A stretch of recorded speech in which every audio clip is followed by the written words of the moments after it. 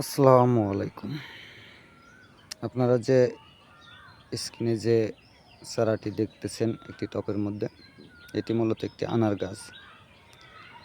পাকিস্তানি জাতের একটি আনারের চারা এটি।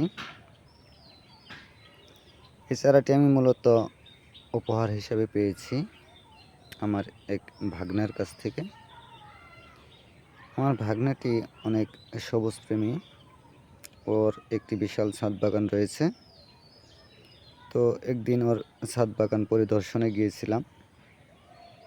সেখান থেকে ভাগ্নে আমাকে বলল, মামা আপনার জন্য একটি উপহার আমার কাছে রয়েছে।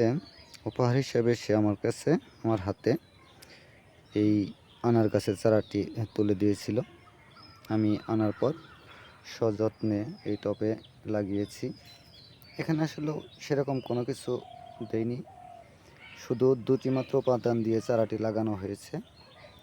গোবর এবং মাটি, শুকনো গোবর মাটির সাথে মিক্সড করে চারাটি লাগিয়েছি। এখন দেখতে পাচ্ছেন আপনারা অনেক সুন্দর গ্রোথ আসছে চারাটিতে।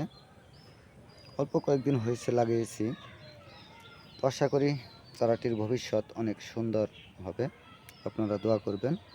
পরবর্তীতে এই চারার আপডেট ভিডিও আপনাদের দেব ইনশাআল্লাহ।